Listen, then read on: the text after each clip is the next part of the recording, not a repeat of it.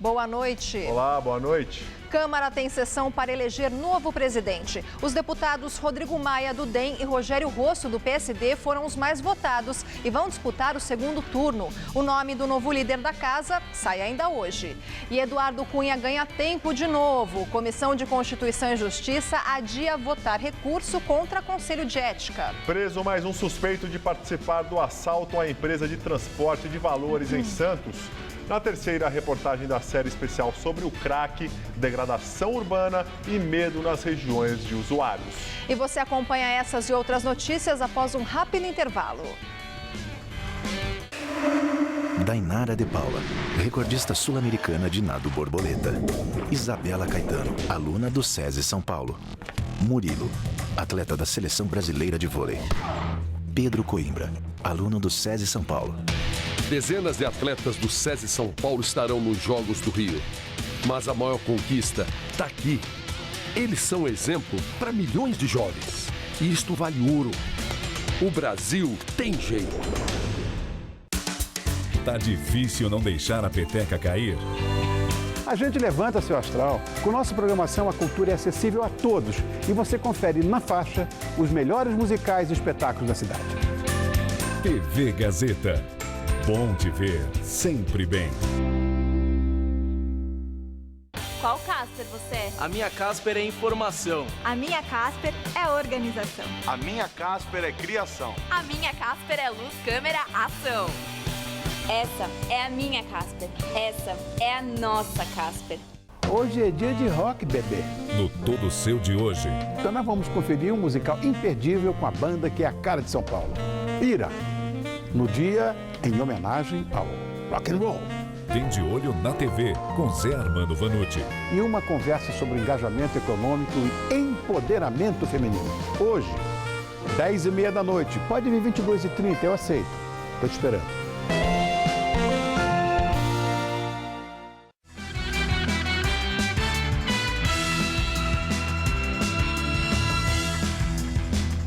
Os deputados federais elegem ainda hoje o novo presidente da casa.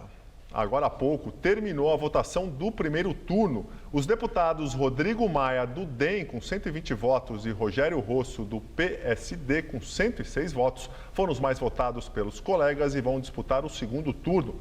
O resultado final deve sair ainda hoje. O presidente interino Valdir Maranhão suspendeu a sessão em 1 hora.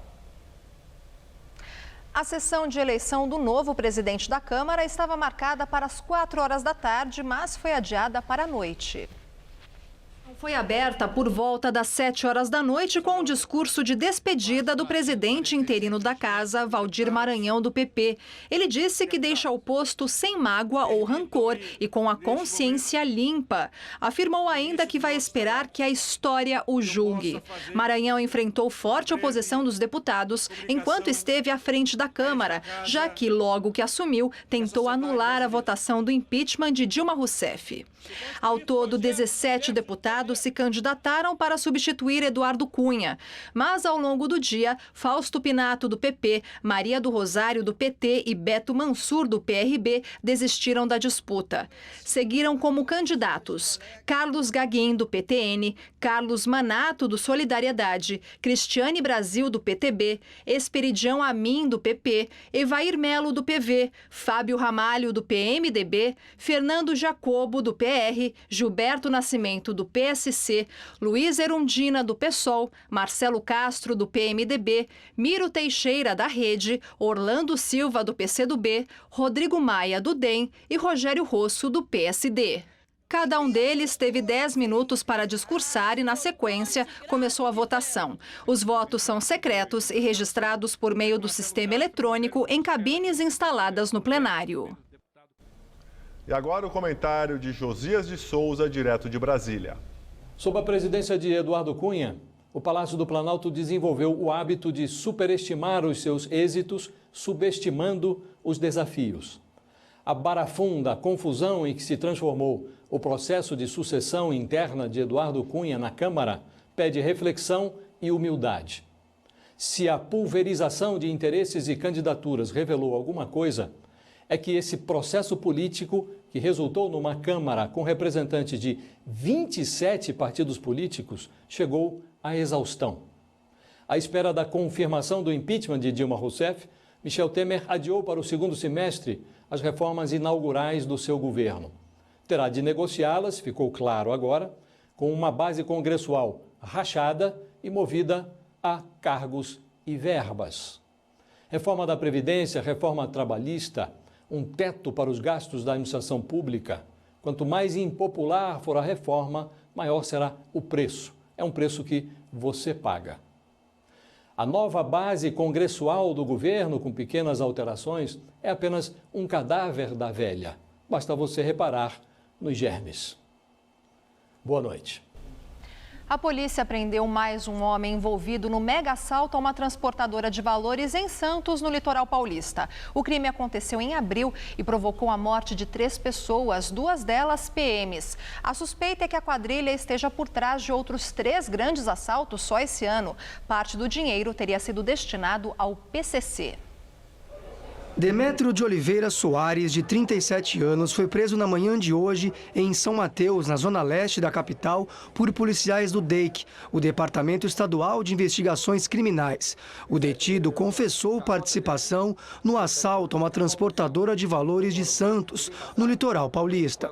O crime foi no dia 4 de abril. A quadrilha levou 12 milhões de reais e, na troca de tiros, 3 pessoas morreram, 2 PMs e um morador de rua. Outro criminoso já havia sido preso por participação nesse mesmo assalto de Santos. Daniel Donizete foi detido em casa ontem em São Caetano do Sul, no ABC Paulista. No dia 14 de março, 48 milhões de reais foram levados durante mais um assalto a uma transportadora de valores, dessa vez em Campinas. E no dia 5 desse mês, em Ribeirão Preto, outro caso semelhante. Segundo a polícia, a investigação vai tentar esclarecer a ligação entre os 3 casos. Mas para o delegado que está à frente dos trabalhos, ainda não há elementos concretos que comprovem a participação do PCC, o primeiro comando da capital, nos roubos. A informação de que o PCC estaria por trás dos crimes foi dada pelo delegado Fabiano Barbeiro e divulgada pelo jornal O Estado de São Paulo. Por enquanto, o DEIC e o próprio secretário de Segurança Pública, Mágino Alves, negam o envolvimento do PCC nos crimes. Não existe nenhuma prova material de que uma organização criminosa esteja diretamente vinculada a isso. Nós estamos investigando o roubo e trabalhando em cima dos autores do roubo. Em relação a esse fato, não temos prova material efetiva. Na reportagem de hoje sobre o crack, vamos mostrar histórias de pessoas que achavam que a droga era um problema só dos usuários, até terem na porta de casa cracolândias que vêm se espalhando por São Paulo.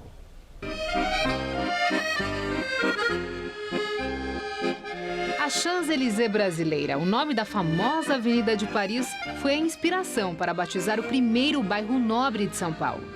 Aqui ficavam os endinheirados barões do café e também a sede do governo do estado, e onde está até hoje a maior sala de concertos do país. Do luxo à boca do lixo. Nos anos de 1930, o endereço refinado no centro da capital era o lugar da prostituição. O tempo passou e a situação piorou ainda mais, com as drogas transformando o cenário. O crack surgiu nos Estados Unidos em 1980. O preço baixo e o efeito rápido fizeram sucesso. 10 anos depois, desembarcou no Brasil, aqui em São Paulo principalmente. Moradora há 40 anos dos Campos Elíseos, essa mulher tem medo pelo que já viu e pelo que pode acontecer. Já presenciou roubos, agressões e verdadeiras cenas de guerra na porta de casa.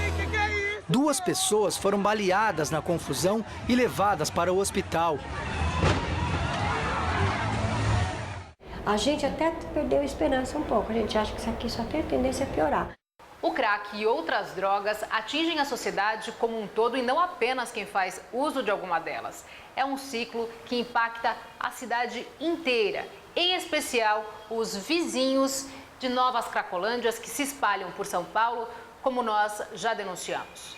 A pequena Cracolândia fica na rua Mituto Mizumoto, bairro da Liberdade, região central de São Paulo.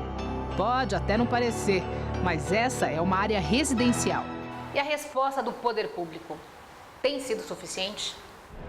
Continua sem solução, tá do mesmo jeito. Não recebo visita, não recebo familiares, continuo isolado. Um mês depois, nossa reportagem voltou à Rua São Paulo, no bairro da Liberdade, e flagramos cenas como essas. Essa mulher fuma crack e se agita, parece delirar, passa mal. Ninguém presta socorro.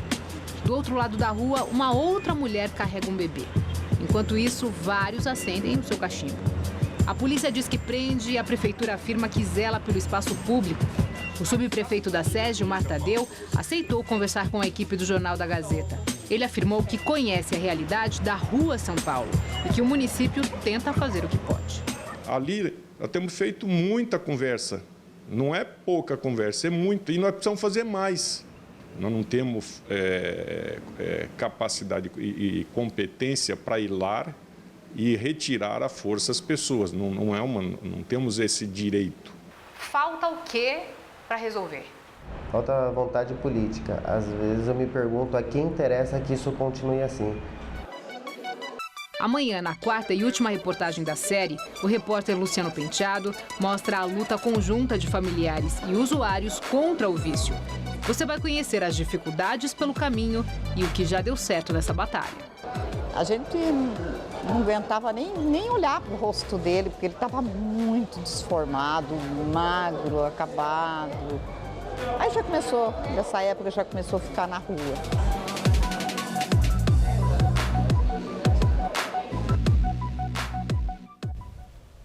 Decisão da Justiça Federal de São Paulo obriga o governo do estado a restaurar e preservar a chaminé da Luz, que fica ao lado do quartel da Rota, no centro da capital. Uma ação movida pelo Ministério Público Federal denunciou o abandono do monumento.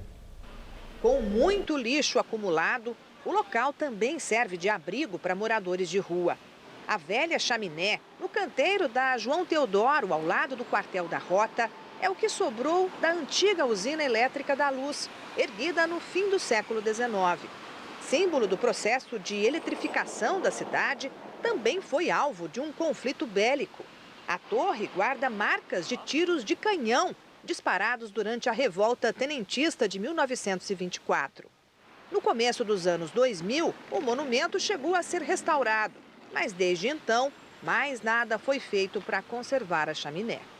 A ação, movida pelo Ministério Público Federal, revelou um jogo de empurra entre órgãos públicos sobre quem teria a obrigação de cuidar do monumento. Agora, a Justiça decidiu que a responsabilidade é do governo do estado, que tem 30 dias para apresentar um projeto de reparos de emergência e depois 1 mês e meio para executar a obra. O descumprimento pode gerar multa de R$10 mil por dia. O governo do estado ainda pode recorrer da decisão ao Tribunal Superior. Em nota, a Procuradoria-Geral do Estado informou que o governo estadual ainda não foi intimado e disse que assim que isso ocorrer, vai analisar a viabilidade de recorrer aos tribunais superiores. Voltando a falar de política, depois de muita confusão, foi remarcada para amanhã a sessão da Comissão de Constituição e Justiça, que avalia recurso contra a aprovação do relatório final do Conselho a favor da cassação do deputado afastado Eduardo Cunha, do PMDB. Eduardo Cunha foi pessoalmente pelo segundo dia se defender no processo de cassação de seu mandato. A sessão começou pouco depois das 9 horas da manhã, mas só 2 horas e meia depois do início da sessão, o presidente da comissão, Osmar Serraglio, começou a chamar os oradores inscritos para debater o relatório. No início, o deputado Hugo Mota, do PMDB, aliado de Cunha, pediu a leitura da ata da reunião de ontem. Em geral, a leitura da ata é dispensada pelos parlamentares para agilizar o andamento das reuniões. O deputado da Rede, Alessandro Molon, pediu que o recurso não fosse aceito e que a decisão seguisse para o plenário da Casa. Ele também rebateu os recados enviados ontem por Eduardo Cunha aos parlamentares. Sobre essa frase de que hoje sou eu e amanhã são vocês, eu quero primeiro repudiar essa frase. Eu acho que esse é um recado em tom de ameaça que é inaceitável para essa casa. Eu quero dizer que eu não visto essa carapuça. Eduardo Cunha rebateu a crítica. Senhor presidente, eu quero repudiar a fala de má fé do deputado Molon ao quando dizer que eu proferi qualquer tipo de ameaça contra quem quer que seja aqui. O que eu falei clara e textualmente ontem, que 117 parlamentares possuem inquéritos ou ações penais. E esses inquéritos ou ações penais, alguns com mais de um, a palavra do acusador, seja na manifestação de abertura de inquérito, seja na denúncia promovida na ação penal, vira sentença transitada em julgado e é levado para processo de perda de mandato em sede disciplinar. Que o que está acontecendo comigo é isso. Durante os trabalhos da CCJ, foi informado que a sessão para a escolha do novo presidente da casa havia sido adiada para as 7 da noite. A ação foi considerada uma manobra para que o recurso de Cunha fosse votado na CCJ. O presidente da comissão, Osmar Serraglio, reagiu. Como eu estou aqui submetido à ordem do dia e a ordem do dia está sendo manipulada, se é essa a expressão, entre aspas, quem o faz, que eu responda, política e até, se for o caso, criminalmente. Problema de quem está manipulando. Em seguida, Maranhão voltou atrás e remarcou a sessão para as 5h30. Com a mudança, a sessão da CCJ foi adiada mais uma vez, sob protesto de deputados adversários de Cunha. Vergonha! Vergonha! Vergonha!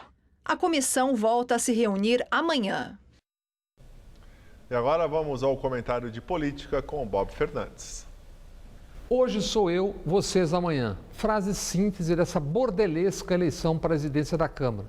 Eduardo Cunha, no tom predominante, chantageou e ameaçou. Décadas depois de reformas iniciadas nos estertores da ditadura, o sistema está de novo podre. Final dos anos 70, antes da existência da CUT e PT, movimentos sociais, intelectuais oriundos da resistência e do MDB se agrupam país afora em torno do operário Lula. Anos 80, pós-derrota nas diretas já, as eleições diretas e a Constituinte. Para criar o PSDB, Covas lidera racha num PMDB cada vez mais corrompido.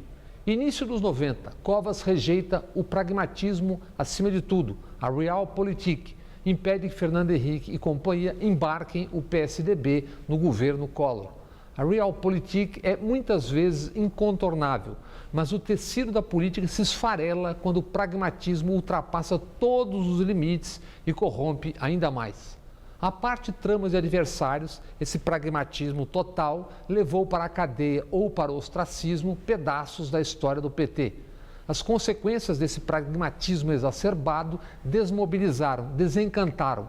Por muito tempo, quase calaram movimentos e ruas.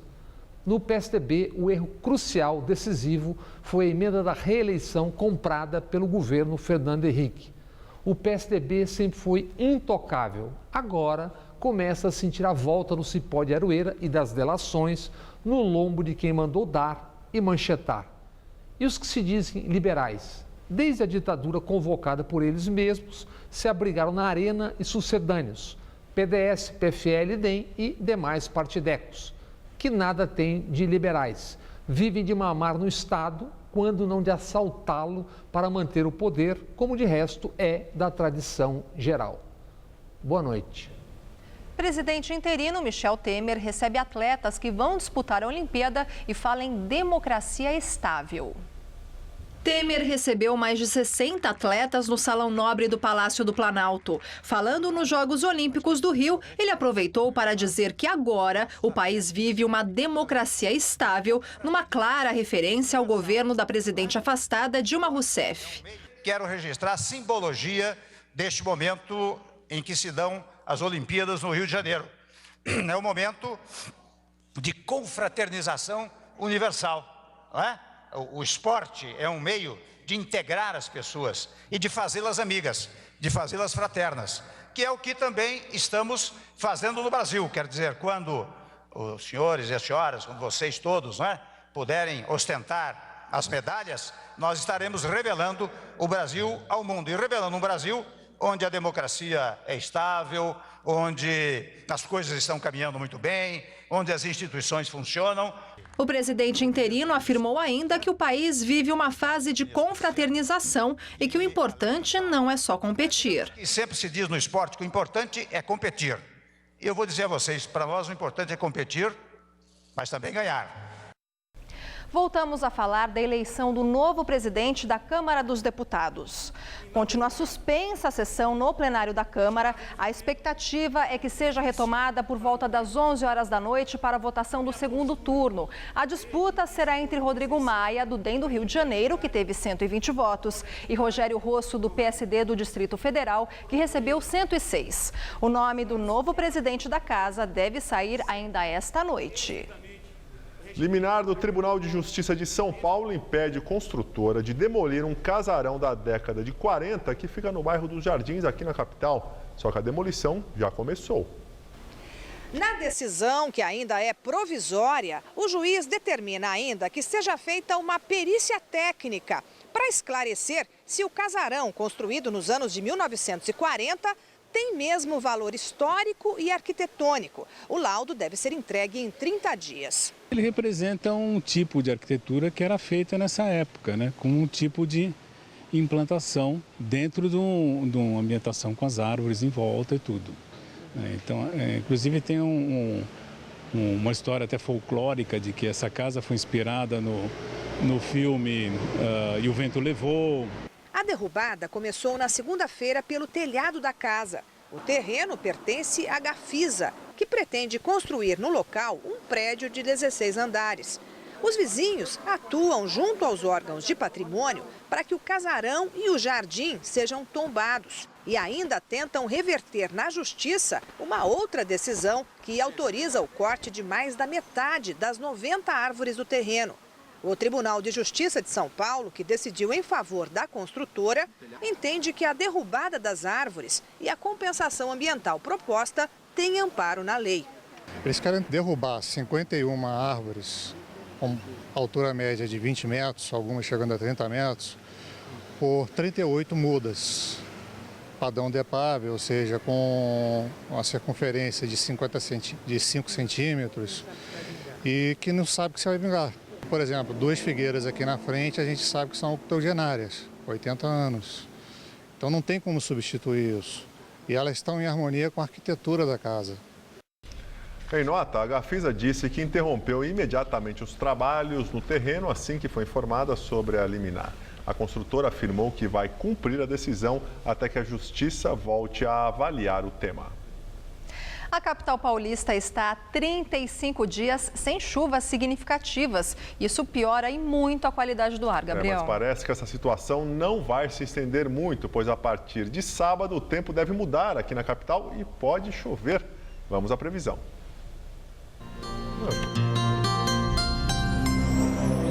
Em São Paulo, o sol brilha forte desde amanhã em todo o interior. Mas na faixa leste, o dia começa com nevoeiro, mas que logo se dissipa. Assim, em todo o estado, o dia fica firme com sol e ar seco. No centro-oeste paulista, máxima amanhã de 33 graus em Araçatuba e de 30 em Marília. No centro-norte, máximas de 33 em São José do Rio Preto e 31 em Bauru. E na faixa leste, máximas de 30 graus em Sorocaba e 32 em Santos. Na Grande São Paulo, nevoeiro pela manhã, mas o sol logo aparece e a temperatura sobe. Na capital paulista, até sexta-feira, o tempo não muda. Sol entre poucas nuvens, ar seco e calor de até 29 graus. Mas no sábado, a nebulosidade aumenta e são esperadas pancadas de chuva à tarde e à noite, com máxima de 28. E no domingo, a temperatura despenca, com mínima de 11 e máxima de 19 graus. Na Argentina, a TV Telefé revelou um vídeo de câmeras de segurança do convento onde o ex-secretário de obras dos governos Kirchner tentou esconder quase 9 milhões de dólares no mês passado. E o vídeo mostra que as freiras mentiram. Elas não foram surpreendidas pela chegada do ex-ministro de madrugada. O ex-secretário de obras, José Lopes, chega com as sacolas e deixa o fuzil no chão, ao lado da porta da casa principal, dentro dos muros do monastério de General Rodrigues, a 50 quilômetros de Buenos Aires. Ele toca a campainha várias vezes, tenta abrir a porta impaciente. Uma freira aparece. Depois de alguns minutos, a porta é aberta. José Lopes traz sacolas que 2 freiras levam para dentro. Ele ficou 1 hora no convento até a chegada da polícia. polícia, chamada por um vizinho que achou estranho um carro parado na porta com o motor ligado. Na versão das freiras, elas achavam que as sacolas tivessem comida doada. Além de quase 9 milhões de dólares, euros, pesos e outras moedas, as sacolas tinham celulares, joias e relógios de grife. A polícia encontrou 11 ligações naquele dia entre os celulares do ex-secretário, da mulher dele e da irmã Alba, a madre superiora de 94 anos. Lopes, de 55 anos, foi preso na entrada do monastério e indiciado por enriquecimento ilícito e lavagem de dinheiro.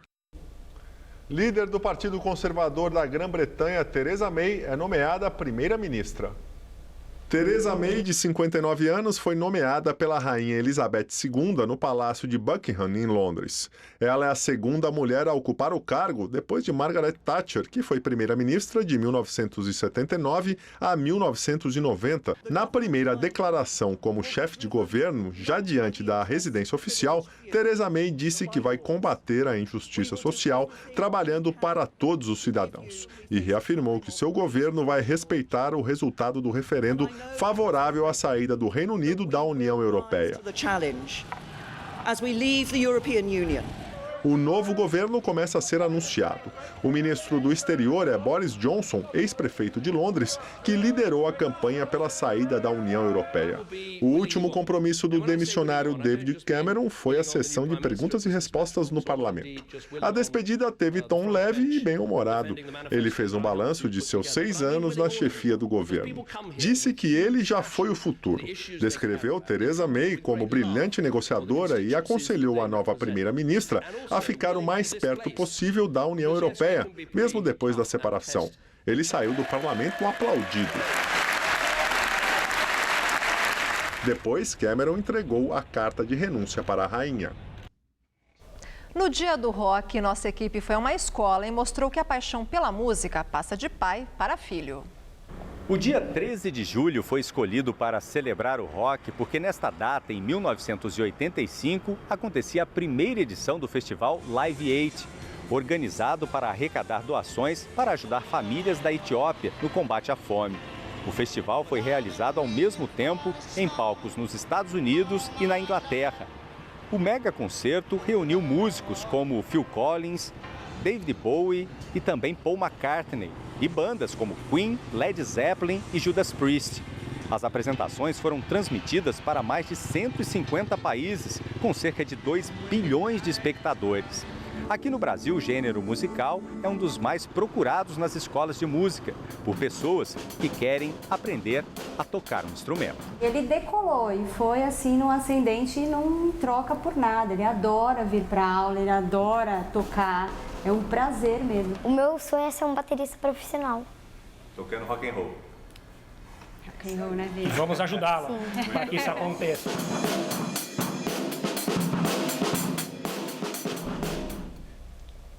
Bem, a gente fica por aqui. A edição de hoje pode ser vista no site do Jornal da Gazeta. Boa noite para você também, Gabriel. Até amanhã. Muito obrigado pela companhia. Tenha uma boa noite e fique agora com o Rony Von no Todo Seu. Até amanhã. Daqui a pouco, 11h30 da noite, em A Noite com Vida, Paula Vilhena e Luciano Amaral praticam arco e flecha em um bar. Assista agora, Todo Seu.